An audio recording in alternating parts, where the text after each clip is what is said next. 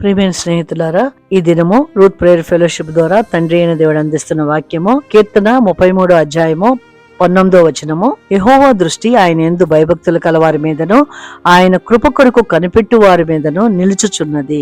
మనము సృష్టికర్త అయిన దేవుడిని తెలుసుకుని ఉన్నాము. ఆయన యందు భయభక్తులు కలిగి జీవించే ఆ యొక్క జ్ఞానమును మనకు దేవుడు ఇచ్చి ఉన్నారు. మన చిత్తము వచ్చినట్టుగా మనం జీవించక దేవుని యొక్క చిత్తం ఏదో గ్రహించుకుని ఆయన యందు భయభక్తులతో జీవించినట్లయితే మనకు ఏ కొదువ ఉండదని వాక్యం సెలవిస్తోంది.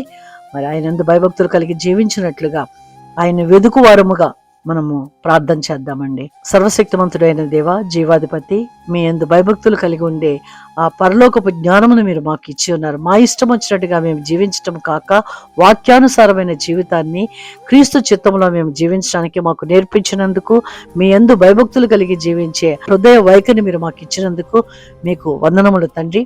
మీ కృప కొరకు కనిపెట్టుకుని వారి మీద మీ కనుదృష్టి నిలిచి ఉన్నదని బట్టి మేము మీ వైపు చూస్తున్నాం తండ్రి. మమ్మల్ని కరుణించండి.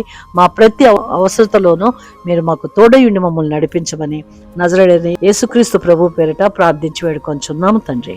ఆమేన్.